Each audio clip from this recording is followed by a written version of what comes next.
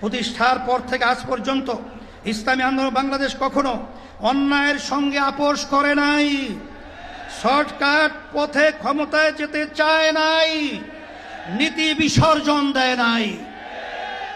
সব কিছুর ঊর্ধ্বে আমরা ইসলাম, দেশ ও জনগণের স্বার্থকে প্রাধান্য দিয়েছি। আগামীতেও আমরা জনপ্রত্যাশাকে পূরণ করতে চাই। আজকে মঞ্চে যারা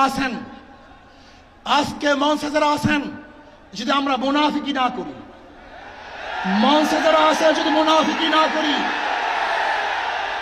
মুখের এবং কাজের কথা যদি একসাথে থাকেন, মুখের সাথে কাজের যদি মিল থাকেন, আমি এই লক্ষ জনতার সামনে কসম করে বলতে পারি আগামীতে ক্ষমতায় যাবে ইসলাম, ক্ষমতায় যাবে ইসলাম, কোনো সন্দেহ নাই। আগামী দিনে বাংলাদেশে যাতে কোনো নির্বাচিত স্বৈরাচার, দুর্নীতিবাজ, লুটেরা ও সন্ত্রাসী শ্রেণী রাষ্ট্র ক্ষমতাকে ব্যবহার করে জনগণের অধিকার কেড়ে নিতে না পারে, রাষ্ট্রের সাংবিধানিক প্রতিষ্ঠানগুলোকে দলীয়করণের মাধ্যমে ধ্বংস করতে না পারে এবং একদলীয় কর্তৃত্ববাদী শাসন কায়েম করতে না পারে, সেজন্য প্রয়োজনীয় মৌলিক সংস্কার দ্রুত সম্পন্ন করতে হবে। আজকে জালেমদের বিচার করতে হবে এবং সংস্কার করে নির্বাচন করতে হবে।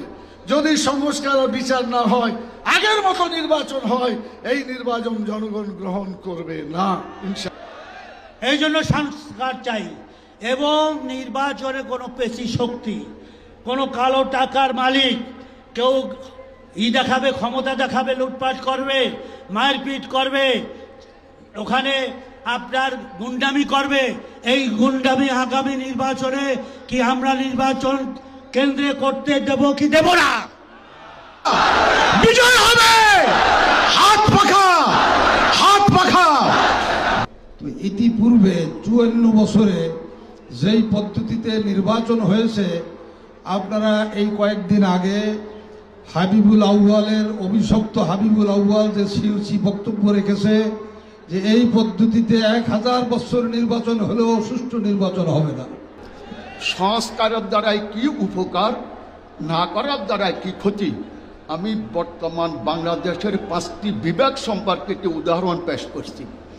কিন্তু আপনার এই ভূমিকায় প্রশ্ন তৈরি হয়েছে, আগামী 8-10 মাস পরে যদি নির্বাচন হয় আপনি সোজা থাকবেন কিনা? আপনাকে এই 8 মাসে নিরপেক্ষতার প্রমাণ আপনাকে দিতে হবে, বাঁচতে হবে, এর কোনো বিকল্প নাই। দীর্ঘ সময় ধরে বাংলাদেশ যে মুজিববাদী সংবিধান দিয়ে পরিচালিত হয়েছে, সেই মুজিববাদী সংবিধান বাংলাদেশে আর চলতে পারে না। আনুপাতিক হারে নির্বাচন হলে সমস্যাটা কি? কোনো সমস্যা নাই। প্রধানমন্ত্রীর মেয়াদ 10 বছরের বেশি না থাকলে সমস্যা কি? আমরা অত্যন্ত যৌক্তিকভাবে এই কথাগুলো দফায় দফায় আলোচনায় তুলে ধরছি, কিন্তু এটা পরিষ্কার সংবিধান এই সংস্কার জাতীয় ঐক্যমত্য কমিশন কেন জানি 2-1টি দলের প্রতি পক্ষপাতমূলক আচরণ করছে। পীর সাহেব তরমোনাই যে সিদ্ধান্ত দিয়েছে যে পিআর সিস্টেমে যদি ভোট হয়, হিন্দু সম্প্রদায় ভোট কেন্দ্রে যাবে, নইলে যাবে না। 3টা জিনিসকে সামনে নিয়ে সংস্কার, বিচার, পিআর, আসলে আমরা এই সমস্ত ওয়ার্ডের বিশ্লেষণ প্রয়োজন।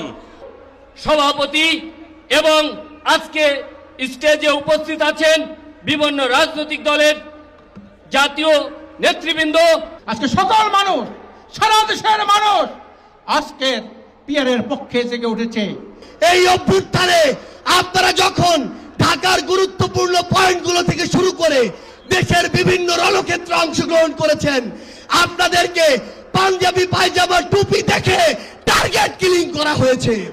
আমরা 2013 সালে শাপলা চত্বরে আমাদের রক্ত বিলীন করে শত শত মানুষ জীবন দিয়েছি।